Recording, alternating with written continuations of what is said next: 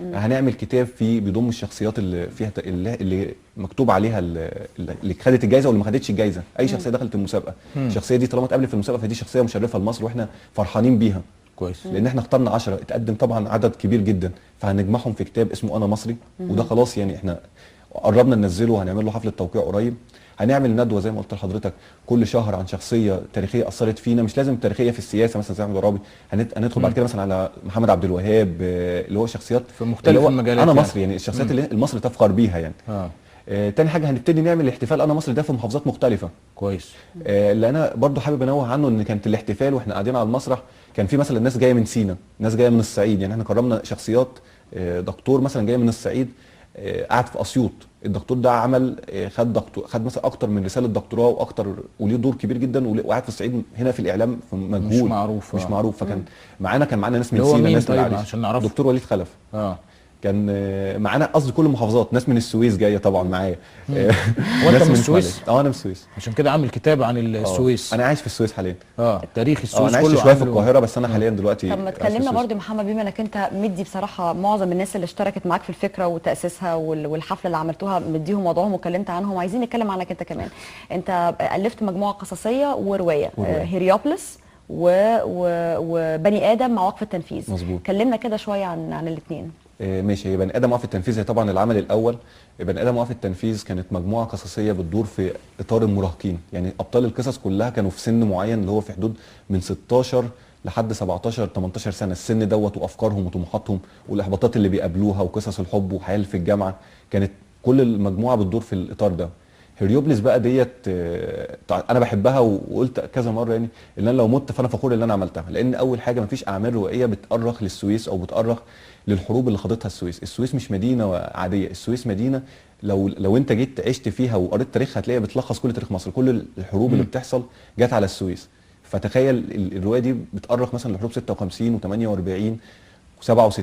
الروايه بادئه بالنص كده، يعني انا جيت رسمتها بالنص. سنه 67 النكسه، 40 سنه بعدها و40 سنه قبلها، ايه اللي ادى للنكسه وما يترتب على النكسه بعد 40 سنه. عن طريق روايه قصه رومانسيه جميله جدا بتدور بين واحد مصري كان راح يكمل تعليمه في فرنسا ورجع يشتغل في هيئه قناه السويس، وبين بنت فرنسويه. البنت الفرنسويه دي بتيجي تعيش في السويس، وعيالهم واحفادهم لحد ما بتوصل لحد الجيل الحالي اللي احنا عايشين فيه. بتخلص الروايه سنه 2000. ليه علاقه برضو بموضوع الانتماء؟ هي الروايه طبعا. هو كان في سؤال للاستاذ محمد حسنين هيكل طرحه في اكتر من مقاله ليه، كان بيقول لك ان الناس في الوقت زمان كانت بتحارب لان كل واحد لاقي فرصه عمل، او كل واحد بيدافع عن بيته واسرته. الشباب دوت كان الاستاذ محمد حسنين هيكل رايه ان الشباب ده هل هيدافع، يعني واحد عاطل مثلا هل هيدافع عن وطنه؟ هل هيتحمل؟ فالاجابه جت لا، الناس دي هتدافع فعلا حتى لو مش لاقيه. فاحنا مجانين بحب مصر، ودي حاجه ربنا سبحانه وتعالى. مصر مذكوره في القران، ومصر بلد مقدسه.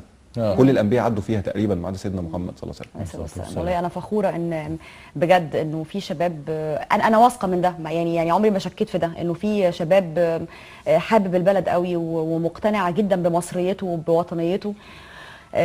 وعشان كده يا محمد عايز اسالك، بعيدا عن فكره الفيسبوك وبعيدا عن فكره تجميع الشباب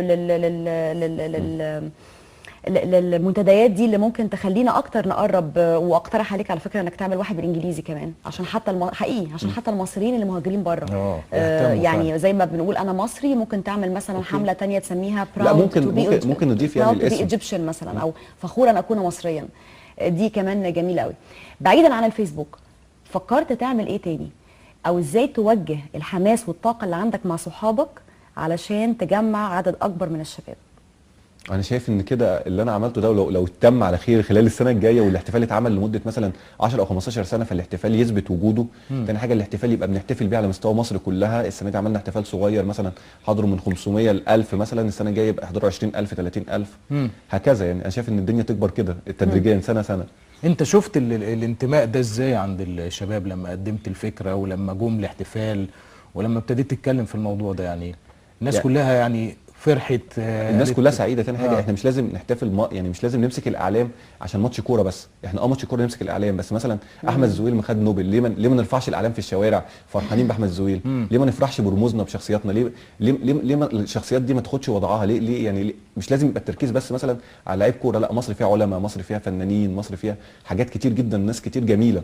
ايه قول لنا برضو نماذج غير اللي انت قلتها عن شباب مصري يعني متعلم كويس، عنده انتماء، بيعمل شغل، عايز يتقدم.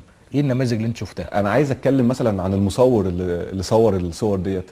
المصور دوت يعني اول حاجه عنده شركه، ساب شركته مخصوص وجا صور، طلع من فوق الكوبري عشان يصور الصور ديت.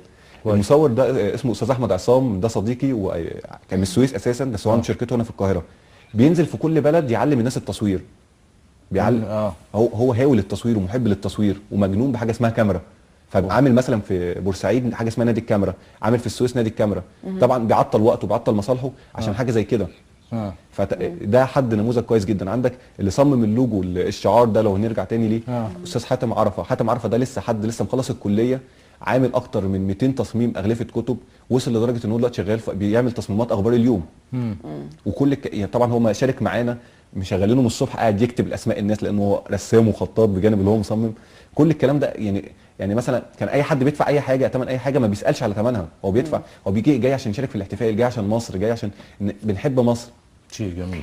محمد التهامي، فكرة جميلة جدا وكلامك وحماسك في الحقيقة بيؤكد ان الموضوع مش مسألة تصميم شعارات او لوجو او بانرز او اعلام بس نمسكها في ايدينا، وان كانت دي حاجات او ادوات معبرة. ممكن نعبر بيها. صحيح. مفيش شك في ده، ولكن الحماس والحب الحقيقي لبلدنا بيجي من جوانا، واحنا بنعلمه لاولادنا وبنزرعه فيهم. شكرا ليك يا محمد ولاصدقائك.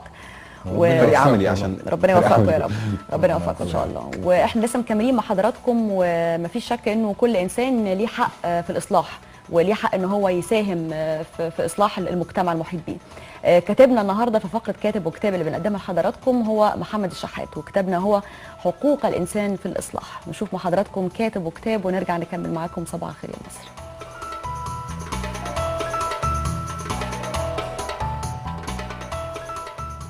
بسم الله الرحمن الرحيم، وبه نستعين، والصلاة والسلام على